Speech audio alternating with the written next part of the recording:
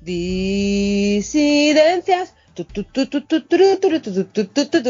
Hola, buenos días, buenas tardes, buenas noches. Os habla la Cristo desde algún recoveco de Alicante y estoy aquí con mis queridísimos compañeros. Morgana desde Valencia. Hola, bienvenidos. Y Xiomara desde New York.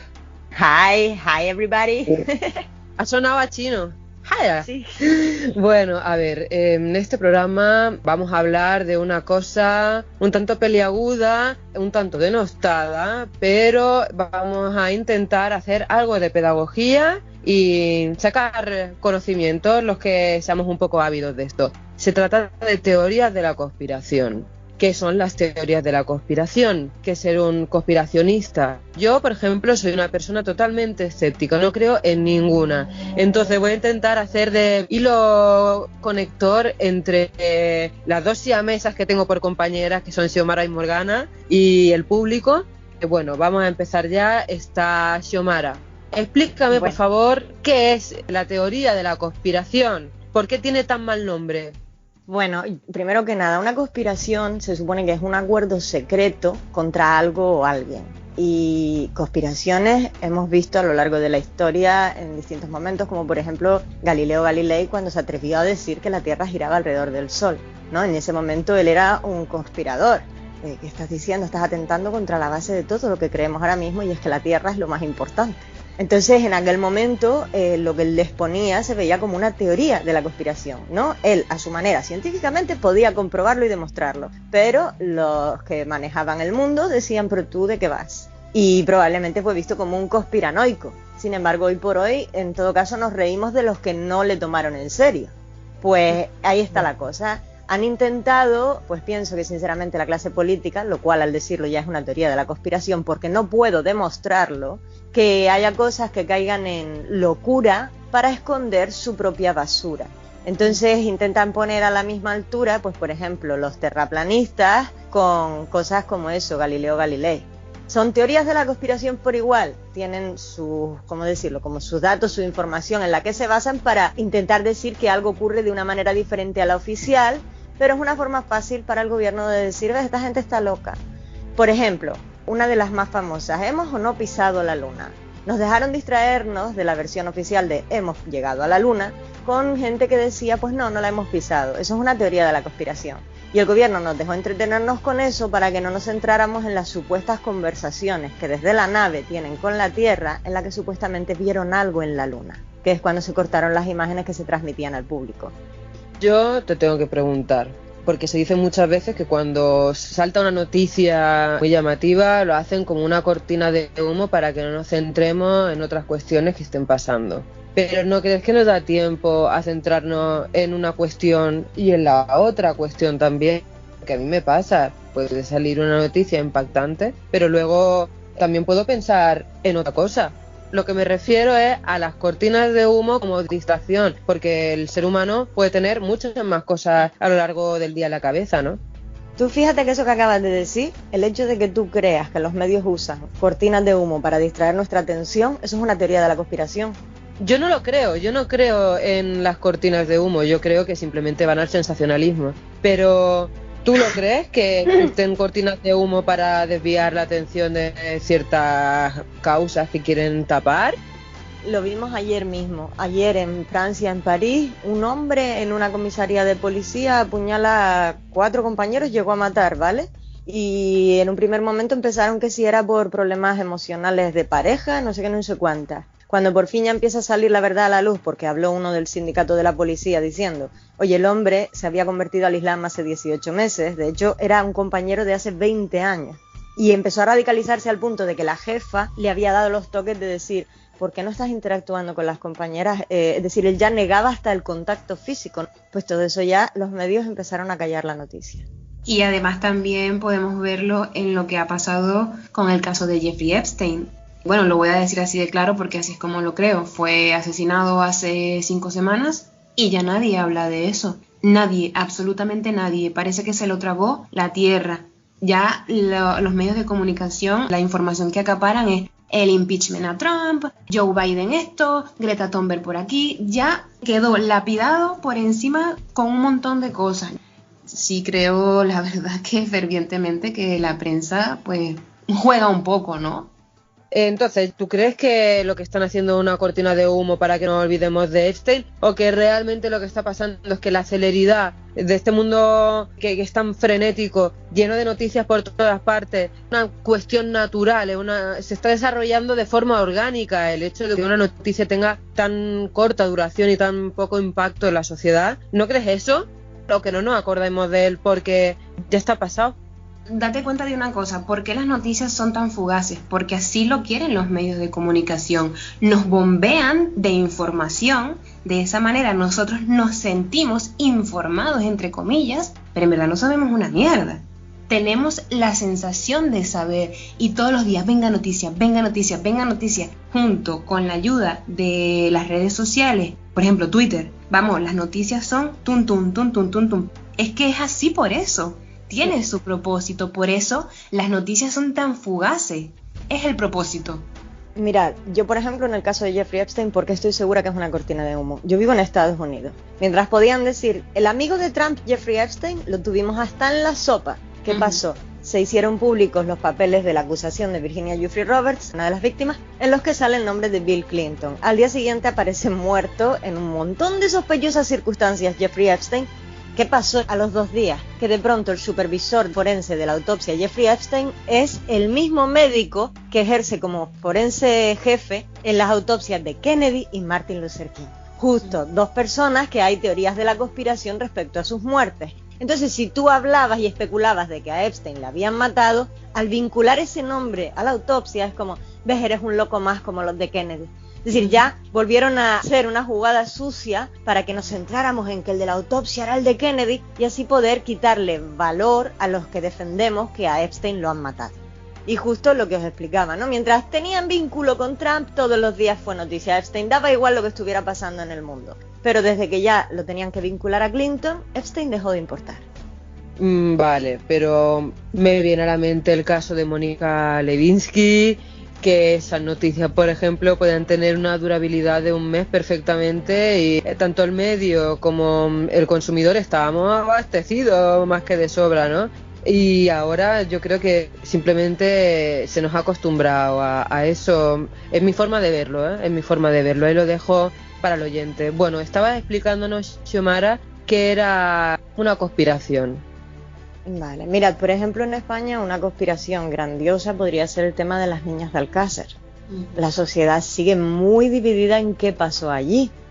Otro caso relacionado con pederastia muy fuerte a nivel Europa fue el de Bélgica, el caso Dutroux, que cuando el hombre empezó a tirar de la manta y a dar nombres de gente importante, ¡fum!, silencio total. Yo recuerdo eso porque la gente, los belgas, tomaron las calles y sin embargo no ocurrió nada. Pero el pueblo belga no creía la versión oficial, creía que allí se estaba traficando con niños para gente de poder. Entonces podemos considerar que una conspiración son especulaciones de la gente o de algunos periodistas, pero que no son demostrables. O que están Esa veladas, es la definición, ¿no?, de la teoría. La conspiración puede ser totalmente real. Hay conspiraciones que se han demostrado, lo de los MK Ultra, los experimentos con los militares estadounidenses que los drogaban para que pues cometieran determinados actos o quitarles la voluntad. Con LSD, ¿no? Sí, mientras no se pudo demostrar, era una teoría de la conspiración. Una vez demostrado, es una conspiración. Era real que eso se estaba haciendo contra otras personas. Entonces la diferenciación entre teoría y conspiración. Una cosa es una conspiración, que es una cosa que ya está demostrada, se ha desvelado, y otra cosa es la teoría, que son especulaciones por varios bandos, ¿cierto? Sí, es como la física tienes la teórica, que es la de Sheldon Cooper en The Big Bang Theory, pero luego está la física llevada a la práctica. Esto que tú propones puede llevarse, puede decir, tiene lugar. Pues es lo mismo, está la conspiración, que es un hecho, y la teoría de la conspiración, que es cuando una serie de datos o información me llevan a pensar que la conspiración es real, aunque no lo pueda demostrar. ¿Y por qué tiene esa mala prensa? ¿Por qué está tan mal visto que hayan teorías de la conspiración? A mí, por ejemplo, me da cierta desconfianza y en algunos casos he llegado a pensar, madre mía, el pitoste que se ha montado esta gente en la cabeza cuando las cosas son más sencillas. ¿Por qué tiene esa mala prensa? Pues es parte de la ingeniería social. Es decir, han conseguido hacernos creer para despistarnos y quitarnos la atención y que no descubramos lo que no quieren que descubramos. Mira, por ejemplo, aquí en Estados Unidos hubo una época que haber dicho que habías visto un ovni era normal y corriente y salían todos los medios, y en esa época nace el proyecto Blue Book. El ejército americano empieza a investigar los avistamientos. De pronto deciden, por el motivo que sea, que eso hay que quitarle el protagonismo que tiene, y empiezan a decir que los que han dicho que han visto ovnis son unos locos y que el proyecto Blue Book jamás existió. Vale, hace unos años confirmaron y desbloquearon todos los papeles que estaban bajo máximo secreto y se confirmó el proyecto Blue Book existió y el ejército americano estuvo investigando el tema ovni en los años 60. Así nos la pasamos. Cuando no me interesa que el pueblo se entere de algo, imagínate ahora con lo de Epstein. ¿Tú te crees de verdad que van a salir a decir sí, lo mataron y sí, vino, yo qué sé, el asesino era pagado por Bill Clinton o por quien les dé la gana? Pero está claro que tuvo que pagarlo a alguien si lo mataron, alguien que no quería que hablara. No te lo van a decir. Entonces te buscan por dónde para que, ves, los que hablan de que lo mataron es que están locos. Mira, el forense es el mismo que el de Kennedy. Son las mismas personas las que dicen que Kennedy no murió de la forma oficial. Y por cierto, cuando yo dije lo de que existían las zonas no-go en Europa, yo era una conspiranoica. Meses después salió Merkel. Resulta que tenemos zonas no-go. Salió Macron, que tenemos zonas no-go. ¿Y dónde quedó mi conspiranoia? Ya, te ha pasado ya más de una vez. En eso has sido una persona bastante aguerrida en el aspecto de que siempre, a pesar de el estigma que pueda conllevar el ser una conspiranoica, entre comillas, tú has seguido afirmando a través de documentos lo que estabas diciendo, ¿no? Y en eso es muy meritorio, porque la gente enseguida utiliza la palabra policía para silenciarte. Pero para que veas que tú misma que dices, yo no creo en las teorías de la conspiración. Yo creo que al final del día todos creemos en alguna, lo que no sabemos que es una teoría de la conspiración. Tendemos a pensar que las cosas que nosotros sí creemos, no lo son. Entonces tú, por ejemplo, fuiste de las primeras que me apoyaste y me diste voz, mientras el mundo pensaba que yo estaba loca. Al final del día todos tenemos algo que creemos y que resulta que es una teoría de la conspiración porque no podemos demostrarlo al 100%. Eso es incuestionable. De hecho, yo sí que tengo alguna teoría de la conspiración por ahí, por ejemplo, con el tema del feminismo o con las mismas niñas de Alcácer, que todos los oyentes que seáis de España seguramente tengáis vuestro batiburrillo de ideas sobre esta cuestión, seguro. Bueno, entonces voy a preguntar ya directamente por la primera conspiración que han escogido mis compañeras. Morgana, ¿sobre qué conspiración nos vas a hablar? ¿Sobre qué teoría nos vas a hablar de la conspiración? Bueno, hoy voy a comentar sobre la teoría de conspiración, creo que una de las más famosas y las que más produce morbo y escándalo, por decirlo de alguna manera, y es sobre el 11 de septiembre. Todos conocemos la historia del 11 de septiembre, ¿no? Al menos la oficial, que dice que 4 aviones fueron secuestrados por un grupo de hombres armados que procedieron a volar 3 de esos 4 aviones hacia las Torres Gemelas y el Pentágono. Claro, mucha gente se pregunta, ¿esta historia es real? ¿Y por qué se pregunta la gente si es real o no? Bueno, muchas de las suposiciones centrales de lo que sucedió ese día han sido realmente probadas por un organismo oficial del gobierno cuyos miembros carezcan de conflictos de intereses. Entonces, hay también muchísimas banderas rojas, por así decirlo, en la historia oficial que implican una larga serie de coincidencias improbables. Mucha gente que se cuestiona lo que sucedió ese día, a mi parecer, están haciendo un acto de ciudadanía responsable. Muy bien dicho. Como estaba comentando, hay muchas banderas rojas en la historia oficial del 11 de septiembre. No menos importante es que la historia oficial surgió rapidísimo. A las pocas horas del ataque, Osama Bin Laden ya había sido presentado sospechoso número 1 y ya su imagen acaparaba la televisión junto con las imágenes de la devastación. Mucha gente que habla del tema dice que usaron una técnica llamada el condicionamiento pavloviano. ¿Qué quiere decir eso? Que relaciono la imagen de alguien o de algo con una situación o con un hecho. Entonces tengo la imagen de Osama Bin Laden y tengo la imagen de la destrucción. Osama, destrucción. Osama, destrucción. Sí, es una manipulación psicológica. ¿De Pavlov? Exacto, correcto. ¿O el del perro? Correcto. Entonces, por ejemplo, la lista de los secuestradores se presentó un día después de los ataques. Vamos, ya tenían a todos los secuestradores ahí, la foto en todos lados al día siguiente. Luego, los derrumbes de las 2 torres gemelas fueron declarados como inevitables. Es decir, cualquier cosa que se hubiese impactado contra las torres, ellas se iban a caer sí o sí. Al día siguiente ya habían dado esta información. Sí, que además, respecto a lo que estás diciendo, los secuestradores, por ejemplo, no figuraban en la lista de personas que habían subido en los aviones, a ver dónde sacaron los nombres, y luego, por otro lado, lo de las torres, que ya habían sufrido un atentado en el 93 con bombas en la base y no había pasado nada. Exacto, y fíjate, el documento técnico sobre el colapso de los edificios lo publicaron 2 días después, es decir, el 13 de septiembre. Entonces, claro, y muchísimas cosas más hicieron saltar las alarmas de las personas, y es que es normal, por decirte otra bandera roja, mira, varios secuestradores aparecieron vivos después del ataque. Morgana, tú me dijiste que el dueño de las Torres Gemelas tenía una reunión ese día y no se personó. Sí, exactamente. Mira, de hecho, la persona que adquirió las Torres Gemelas también había hecho como una especie de seguro en caso de terrorismo. Una cláusula, por aquella época, eso era como una novedad, ¿no? Una cláusula de un seguro para ataques terroristas. Exacto, es lo que está diciendo Morgana. No podemos verlo con los ojos de hoy después de tanto atentado en nuestros territorios. En aquella época eso era impensable. Ahora será súper común, Sí, claro, pero en aquella época, ¿cuántos? En serio, yo creo que España entera, cuando se levantó aquella mañana y vio, bueno, era mediodía ya, nos quedamos todos helados porque era algo pero impensable. Es correcto. Entonces, esta persona tenía una reunión a primera hora de la mañana, o en una de las Torres Gemelas, no sabría cuál sería, si la Torre Sur o la Torre Norte. Pues ese día él no se presentó, y él era una persona de presentarse a todas y cada una de las reuniones. Y bueno, mira, a ver, puede ser una coincidencia, pero la coincidencia le valió varios billones de dólares que le dieron luego después por el seguro de las Torres Gemelas. Entonces, ve, esas coincidencias hace que todos pensemos mal. Por ejemplo, otras anomalías que sucedieron antes del ataque del 11 de septiembre fue que, por ejemplo, las operaciones bursátiles apostaron por la caída en el valor de las acciones de las aerolíneas que estuvieron involucradas, que fue American Airlines y United Airlines. Para el 2001 y antes de eso, ¿no? Desde su creación, estas aeronaves eran las de mayor repunte en Estados Unidos, vamos, las que más. Y el hecho de que días previos la gente ya apostaba por la caída en bolsa, es como, ¿qué?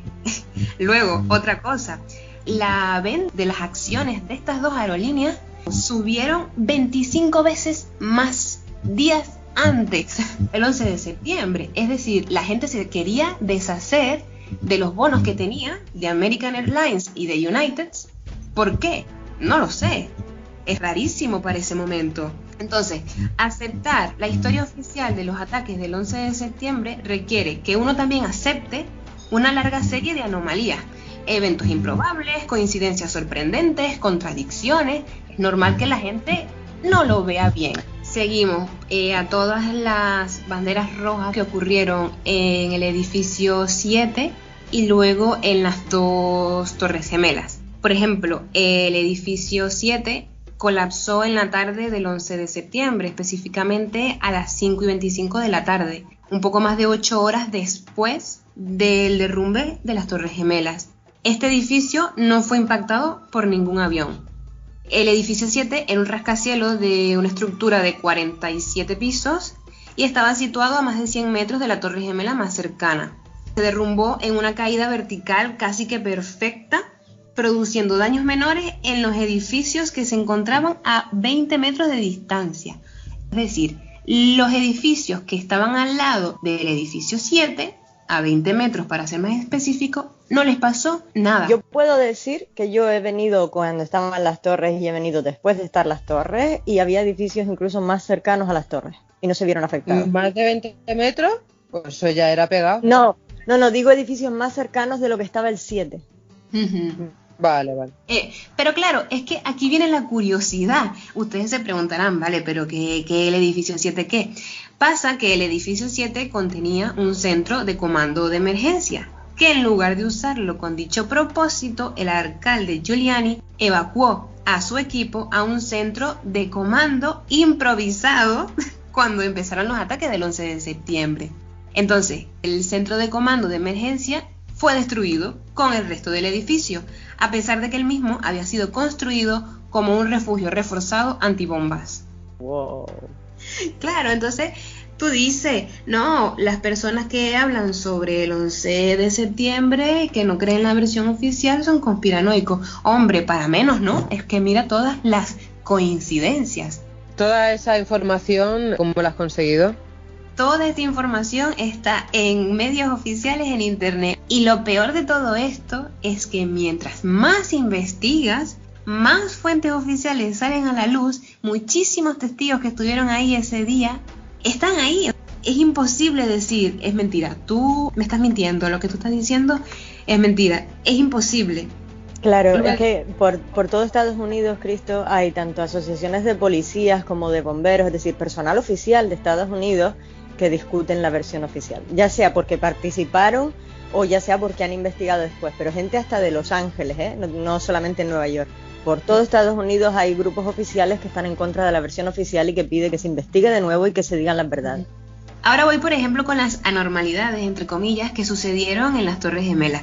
Las Torres Gemelas explotaron en polvo y acero destrozado completamente, un comportamiento que es incompatible con el comportamiento conocido de estructuras de acero fuera de la demolición explosiva. ¿Qué quiere decir esto? Que cuando una estructura de acero como las Torres Gemelas suele caerse o derrumbarse por algún motivo en específico, derrumbarse de la manera que se derrumbaron, a excepción de aquellas estructuras de acero que han sido demolidas, con estas típicas demoliciones planificadas, ¿no? Un ejemplo claro de eso, porque ellos dijeron que las torres cayeron, vamos a ponernos del avión para abajo por el fuego, ¿vale? Entonces la torre de Madrid, que ahí quedaron, las vigas centrales. Y fíjate en esto, la torre sur fue golpeada 17 minutos después de la torre norte, y de una manera menos dañina. Tuvo menos incendios severos y aún así colapsó 30 minutos antes que la torre norte. Los bomberos, cuando llegaron a la zona de la torre sur, describían que los incendios eran controlables, es decir, que no era algo... A ver, estaba pasando un momento complicado, difícil, pero los incendios eran controlables. Entonces, vale, el bombero a mí me está diciendo que el incendio es controlable, pero luego a mí me están diciendo que las torres se cayeron porque el fuego era, vamos, descomunal, volcánico, no lo sé, que fundió la estructura de acero. Luego, ahí hay una cosa que está clara, los bomberos saben de su trabajo, oye, que no es una profesión, ¿sabes? Que están muy preparados y se metieron en las torres. Sabrán ellos si era seguro o no. ¿Tú crees? Porque ellos ya per se son gente que tiende a proteger y se juegan la vida con ellos. Sí, claro, algún accidente se te suelta una pieza y te cae encima, pero en general saben hasta qué punto pueden medir el riesgo de dejar entrar a todo el cuerpo de bomberos venido de todas partes de la ciudad. Pero no se le puede negar ayuda a gente viva que hay dentro, tampoco. Sí, pero no van...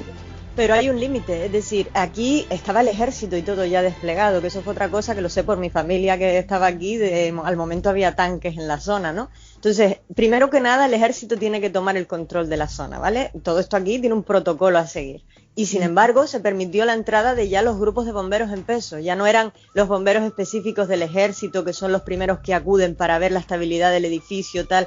No, se dejó entrar a todo Kiski. Toda la policía entró, todos los bomberos entraron porque era seguro, porque se decía que los edificios no iban a colapsar. ¿Y esa orden? ¿De dónde salió esa orden? De sus propios jefes, claro. Si yo soy el jefe de bomberos y ya los militares confirman que los edificios no van a colapsar para arriba y para abajo, se da el permiso de entrada. Y eso lo podemos ver nosotros en las mismas imágenes, ¿no? Hay un tiempo en el que ellos tardan en entrar, porque una cosa es que te entren como aquel que dice, los bomberos exploradores, ya sean del ejército o de quien les toque, para asegurar la base, y otras cuando ya luego se da vía libre. Podemos pasar todos pues a apagar el fuego, a rescatar gente y a lo que sea, porque todo eso, te digo, está estipulado. Perdona, yo puedo deducir entonces que los jefes de las fuerzas del orden estaban informados de lo que estaba pasando, ¿no? De la conspiración. No, es justo lo contrario. Como yo no sé de ninguna conspiración detrás, yo actúo en función de lo que me encuentro. Lo que me encuentro me dice que es imposible que esto colapse y dejo entrar a mis hombres. Exactamente. Vale, ahora voy con el ataque, o el supuesto ataque, ¿no? Al Pentágono. Bueno, voy a llamarlo ataque porque yo quiero que las personas que estén escuchando este podcast, pues, saquen sus propias conclusiones, ¿no? No quiero condicionarlos más allá y quiero que cada quien termine creyendo lo que quiera creer. Por ejemplo, ¿qué es el Pentágono? El Pentágono es el corazón del establecimiento militar de la superpotencia más grande del mundo. Y este fue golpeado por un avión después de un amplio margen de advertencia, alrededor de unos 40 minutos, porque la primera torre fue derribada sobre las 8:40 de la mañana, 8:20 de la mañana, y 40 minutos después es que se da el ataque al Pentágono, es decir, tenía un margen para hacer algo, por así decirlo. No estuvo protegido nunca por ninguna acción defensiva. El ejército americano tiene órdenes de que cualquier avión que se desvíe de ruta debe ser derribado sin preguntar.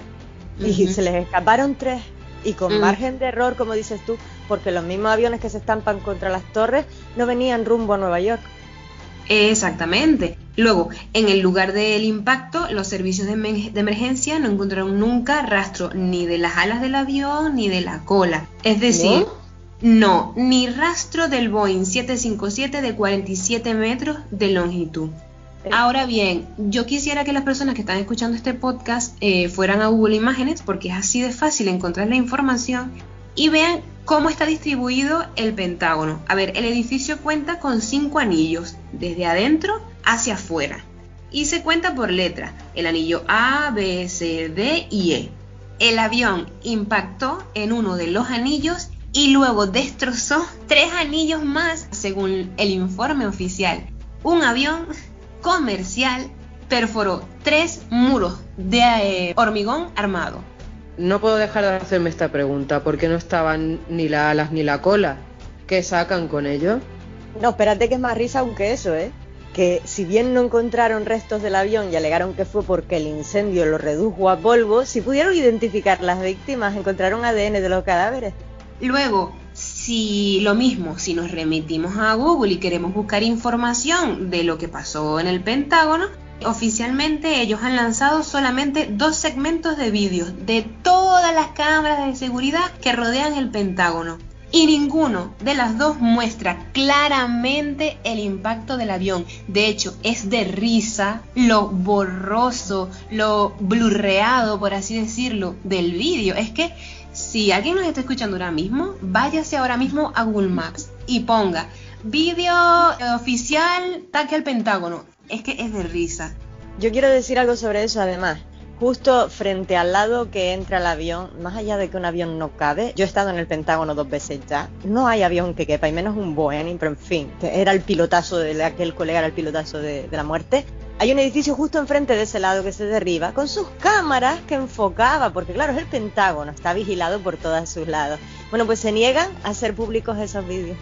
Cosa que aquí, yo vivo en Nueva York, todos los años en el aniversario del 11S, se hacen públicos nuevos vídeos de gente que grabó con sus móviles o con sus tablets lo que estaba pasando. Pero del Pentágono, esos vídeos no se pueden ver. Yo sigo con el tema de las alas y la cola. Imaginados que sí, que hubieran sido reducidos a cenizas, ¿no? ¿Por qué esa intencionalidad de que no aparezcan? O igual sí que fue verdad y se redujeron a cenizas, ¿no?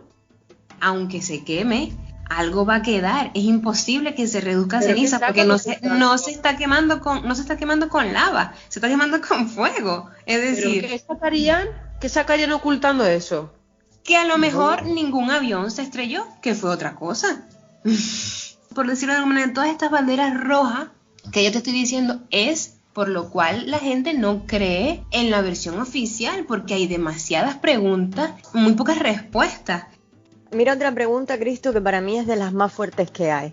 En los primeros días de investigación se descubre que uno de los que pilotaba un avión, el más famoso, Mohammed Atta, había recibido los días antes dinero del líder de la inteligencia pakistaní, que se llama Mahmoud Ahmed. Esto es algo como para investigarlo, ¿no? Dices tú, el líder de la inteligencia pakistaní dándole dinero al principal terrorista que iba en los aviones. Pues ¿sabéis que el mismo 11 de septiembre ese tío que le había dado el dinero a Mohammed Atta estaba en Washington desayunando con oficiales del gobierno? Y eso es demostrable, hay documentos gráficos donde... Sí, sí, claro. Y a partir de ahí, cuando te vas al informe oficial del atentado de las Torres, te dicen que no vamos a investigar más lo del dinero porque no es relevante. A eso quiero ir precisamente ahora. Mira, a pesar del peor fracaso en la historia militar para proteger a los civiles estadounidenses y el peor fracaso de ingeniería y arquitectura en la historia, no hubo ni consecuencias para las autoridades responsables ni investigaciones honestas. Nadie tuvo que rendir cuentas por las numerosas fallas sin precedentes en la defensa aérea. Es más, el general de aquel momento, Ralph Eberhart, comandante de la defensa aeroespacial en el 11 de septiembre, fue luego promovido para encabezar el recién creado Comando Norte, que es un organismo para la defensa y seguridad del territorio nacional americano. Es decir, la persona que se suponía que me tenía que proteger a mí el 11 de septiembre y todo aquello fue un caos, luego lo van a poner en la cabeza de la defensa y seguridad nacional. ¿Qué me estás contando? Luego, los colapsos de la Torre Norte, la Torre Sur, el edificio 7, ¿cómo fueron investigados? Pues mira, la FEMA, que esas son las siglas en inglés, pero en español es la Agencia Federal para el Manejo de Emergencias, se le dio la autoridad exclusiva para investigar los colapsos, a pesar de que no es una agencia de investigación. Repito, no es una agencia de investigación. Voy a haceros una pregunta. ¿Cuál es vuestra intuición o deducción de por qué se crearon estos atentados? ¿Quién está detrás de eso? ¿Y qué se sacó con los atentados? ¿Cuál es vuestra teoría? Mucha gente alega que las razones por las cuales fue este acto terrorista, ¿no?, era para luego tener una excusa para invadir Irak. Pero, como lo he dicho anteriormente, yo solamente quiero que nuestro oyente analice todo lo que estoy comentando y ellos mismos luego saquen sus propias conclusiones. Sí. Yo invitaría al oyente a ver el vídeo de las primeras declaraciones que le hace Bush al país a raíz del atentado, las primerísimas. Fijaros ese momento en el que dice: sabemos que el sospechoso es Osama Bin Laden. ¿Puede decir Saddam Hussein? Hasta ese punto es de descarado todo. Y por cierto, sobre lo que decía Morgana del FEMA, el presidente del FEMA era el que fuera el líder de los guardaespaldas de Bill Clinton, como quien no quiere la cosa, que estuvo involucrado en unos cuantos casos de personas que iban muriendo y desapareciendo, y después se le premió con ese cargo, aunque ya tendrá que ver un vigilante de seguridad con estudios para atender las emergencias de causas naturales mayores del país, ¿sabes? Podría decirles más cosas del FEMA si queréis, por ejemplo. El FEMA, recordemos que era la Agencia Federal para el Manejo de Emergencias. Entonces, el informe que ellos sacaron establece que las causas del colapso eran desconocidas. Luego, por ejemplo, el informe de la comisión del 11 de septiembre ni siquiera mencionaron la destrucción del edificio 7, aquel que les comentaba que era un refugio antibombas, y bueno, aún así se fue a la mierda. Por ejemplo, sobre la destrucción del edificio número 7, dentro había información muy, ya sabéis, ¿no?, privilegiada, de esa top secret, tal cual. Entonces se está especulando, claro que eso sí que para demostrarlo, con que lo querían tirar ya de paso, ¿no? Para aquello de, mira, se destruyeron pruebas de cosas. Sí, y de hecho dicen, según el informe oficial, que el edificio 7 se destruyó a raíz de la caída de las Torres Gemelas, que ellos pusieron este ejemplo. Imagínate unos naipes, destruyes el primero y se van cayendo los demás. Y yo digo, pero haberse caído varios más entonces, ¿no? No sé. Hay demasiadas incongruencias, demasiadas coincidencias extrañas. Sí. Morgana, ¿cuántas horas pasaron desde la caída de las torres hasta la caída del edificio número 7? Alrededor de 8 horas. Entonces, con toda esta información, pues yo lo que quiero es que nuestro oyente piense un poco al respecto y busque un poco más de información, que no se quede con lo que yo estoy diciendo solamente porque lo estoy diciendo yo. No, hay un montón de información oficial en internet y es cada una peor que la otra. Te hace pensar muchísimo y tú dices, madre mía, la de personas que murieron, no hay una versión oficial que me dé las respuestas y estas personas han muerto y no ha sido nada justo. Las intenciones detrás de los ataques del 11 de septiembre, pues mira, no me atrevo a decirlo, como lo he comentado antes. se especula que fue para una excusa pero ya queda de parte de cada uno.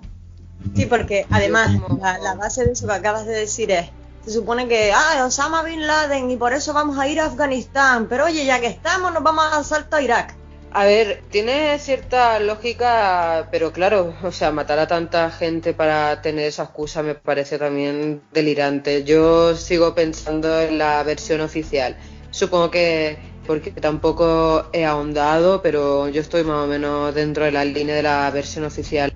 Fíjate, Cristo, imagínate que tú eres una persona que quieres hacer mucho daño. Hacerle daño, matar a la mayor cantidad de personas posibles, ¿no? Pues mira, tú no te vas a las Torres Gemelas a las 8 de la mañana, que hay la capacidad mínima de empleados a esa hora. Si tú de verdad vas a hacer daño, te vas a la hora punta, donde hay un montón de gente en las Torres Gemelas y perdón la expresión, y a tomar por culo con todo el mundo porque vengo yo aquí a hacer daño y me voy a esperar que haya muchísima gente para hacerlo. Pues no, pues los ataques fueron a primera hora de la mañanita, cuando había poca gente. Si lo ponemos así, podrían haber sido de madrugada cuando no hay nadie, ¿sabes? Yo te voy a poner otro ejemplo. Lo que estamos viviendo en Europa, que cada vez venga a entrar refugiados y venga a aumentar las violaciones, los ataques terroristas para arriba y para abajo. ¿Tú puedes sumar la cantidad de gente que ya ha muerto por ataques terroristas?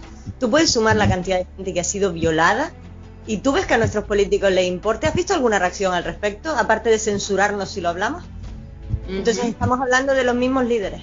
Nosotras que hicimos el podcast de la eugenesia, estamos hablando de los descendientes de esas mismas personas que mataban a gente o esterilizaban a familias enteras porque uno tenía cataratas, y es que eso se hereda.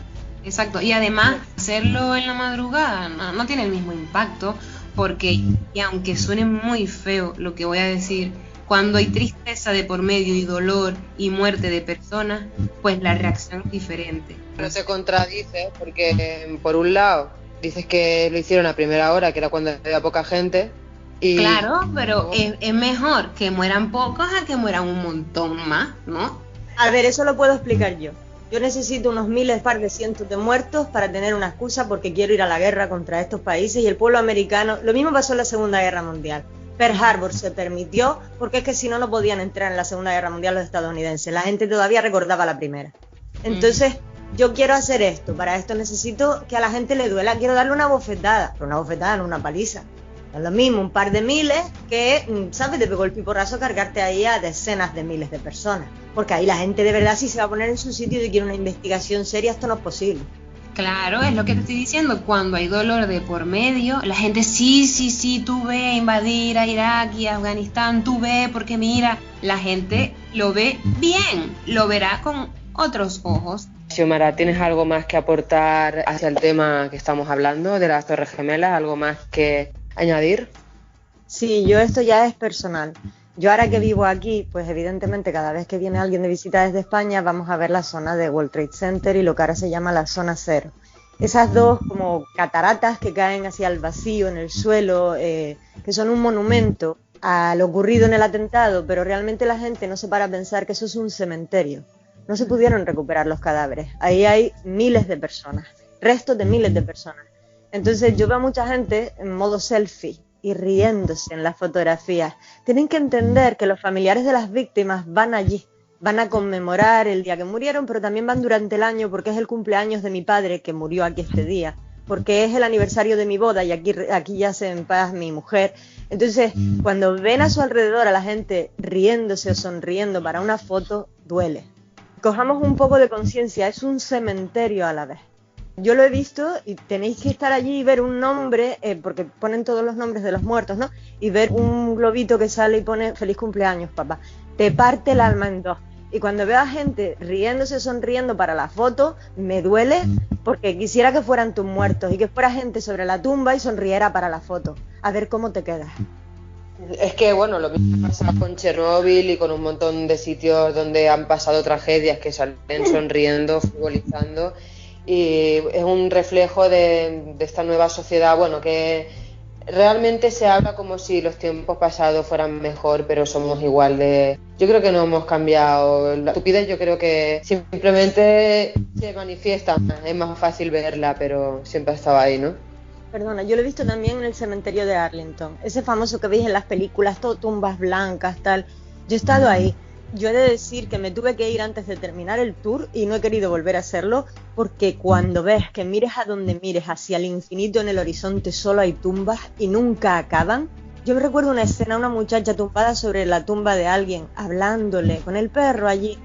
¿Sabes? Son personas que han muerto de verdad. Muchos cadáveres no se recuperaron. Y ves a la gente con los selfies riéndose. Oye, un poquito de respeto, ¿vale? Son cementerios por mucho que los usemos como monumentos. Eso ya el oyente ya que saque sus propias conclusiones. Seguro que podéis, os viene a la mente algún sitio emblemático donde también se ha hecho este tipo de idiotez. Señores, señoras, lo que ha explicado Morgana es una teoría, no es una cosa que sea oficial. Lo que ha explicado Xiomara, 3/4 de lo mismo. Lo que sí que os animamos es, como siempre, el libre pensamiento y investigad por vosotros mismos, siempre, siempre, siempre, fundamental. Yo intentaré mirar las fuentes oficiales que dejaremos en la caja de descripción y ya cada uno que saque sus propias conclusiones. Lo que está claro es que muchas veces no se nos dicen las cosas tal y como son, y eso con el paso del tiempo al final se termina averiguando. Si os gusta el tema de las teorías de la conspiración, dejad un like o un comentario porque nosotras los leemos todos y tal. Y si os gusta, entonces nosotras prepararemos otra teoría de la conspiración. Cristo, te quiero lanzar una pregunta yo a ti ahora. Vale. Ven, pues Cristo, te quiero preguntar, si dejamos a un lado lo emocional, la parte en la que dices tú, pero ¿cómo es posible que pueda un gobierno matar a sus propios ciudadanos, ¿no? Esa es la parte emocional. Si todo esto que ha explicado Morgana mayormente pudieras demostrarlo, que tú tuvieras delante de esas fuentes, vieras a policías, arquitectos, ingenieros hablando del tema, especialistas en explosivos, ¿te generaría al menos la duda? Dirías, pues sí, esto suena raro. Claro que me quedaría la duda, por supuesto. Si son fuentes oficiales y me los ponen todas delante, y hay datos e imágenes y gráficos y todo, cuestiones, todo tipo de pruebas que lo demuestren, claro que puedo cambiar de opinión. Vale. Tampoco quiere decir que yo me crea la oficialista a pie juntillas. Me la creo porque es lo que han dicho y bueno, pues la asumo, pero no es una cosa tampoco invariable, es decir, no es una idea rígida. Tampoco, yo tengo muchas lagunas también al respecto y tampoco puedo afirmar a ciencia cierta que eso fue real. Entonces, claro, yo me creo la oficialista, pero porque no me he metido a investigar. Yo tengo la mente abierta y también animo a nuestros oyentes que tengan la mente abierta. Nosotras hemos dado otras versiones. Vosotros seguramente tengáis también información que añadir, que también no es por el engagement, pero si lo queréis poner en comentarios, ponedlo también, que está muy interesante. Y fuentes, lo que haga falta. Nosotros dejaremos las nuestras para que podáis contrastar la información, que es de lo que se trata, de poder contrastar, de no conformarse. Y ya con esto, pues nada, esperemos que os haya gustado. Nos vemos el próximo miércoles. Un fuerte abrazo.